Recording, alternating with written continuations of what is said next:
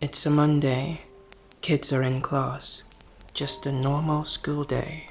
Until suddenly, it's not.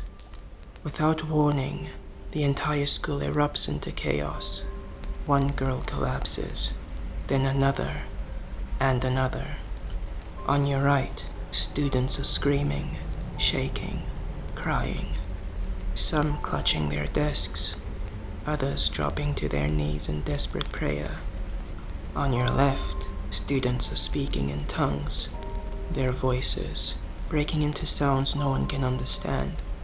And all around you, bodies hit the floor like they've been yanked down by something invisible. Teachers are panicking, shouting for help, trying to keep control, but losing it fast. Word spreads. Parents rush to the school in a frenzy. The gates are crowded, voices rising, panic spilling over. The entire school is in chaos, and it spirals so quickly.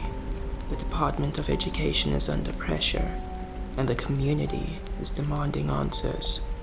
There's only one option left: shut the school down, effective immediately. By the end of the day, Ntsika High wasn't a school anymore. It was a battlefield of screaming voices and collapsing bodies. The very next day, the pastors arrive, not one or two, whole groups.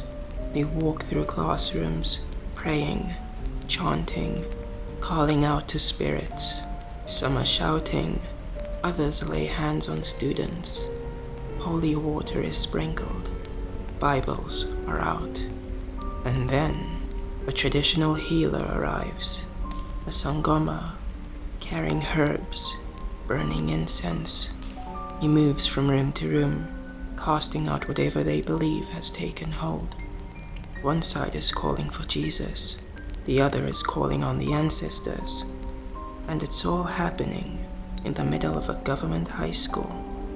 No one agrees on what's going on, but they all agree on one thing: something is seriously wrong. Videos start flooding Facebook and TikTok.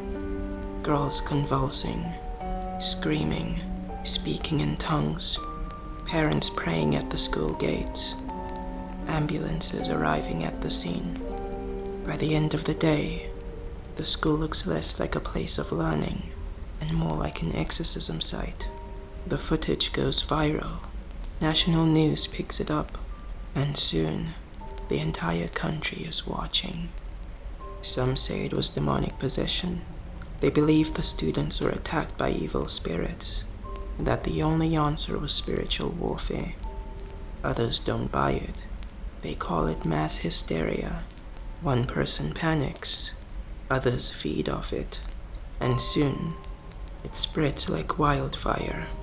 And then, there's a third group, the ones who think it's all just teenage drama, a stunt, an act for attention. But here's where it gets messy. This isn't the first time South Africa has seen something like this. Ask around in the Eastern Cape, and people will talk about amafufunyana, a cultural term for what looks like possession, often linked to trauma, abuse, poverty, or a spiritual imbalance. And these cases, they usually hit young women, in schools, in dorms, just like in Ntsika. So was this spiritual, psychological, or both? While the community is still reeling, the next people to step in aren't pastors, aren't teachers, aren't parents. They're lawyers. The South African Pagan Rights Alliance slams the school. They slam the Department of Education. They say calling in pastors and traditional healers violates the law. They call it religious bias. They call it unconstitutional. They call it dangerous. They accuse the school of feeding a moral panic, of endorsing superstition over science, and they point to a 2017 court ruling, Laerskoolrandart, that forbids schools from promoting any single faith. Suddenly, it's not just a spiritual crisis, it's a legal firestorm. By midweek, the screaming had stopped. The students who collapsed in class were back on their feet. They went home, they recovered. No more seizures, no more voices, no more chaos echoing through the halls. The gates reopened, classes resumed, but the school didn't feel the same. Social workers were called in, psychologists set up sessions, nurses walked the corridors, even a Catholic bishop came to counsel the students. And then the principal, Madeleine Schumann, took to Facebook. Her message was simple. Please stop the panic. Stop spreading rumors. Let us heal. Just like that, the storm passed, or at least, that's what it looked like on the surface. But even after the chaos died down, the questions didn't. What really happened at Ntsika High? Was it a spiritual attack, mass hysteria, or something else entirely? Some argue that bringing in pastors and traditional healers saved lives. Others say it only pushed vulnerable teens deeper into fear. And then there's the bigger question.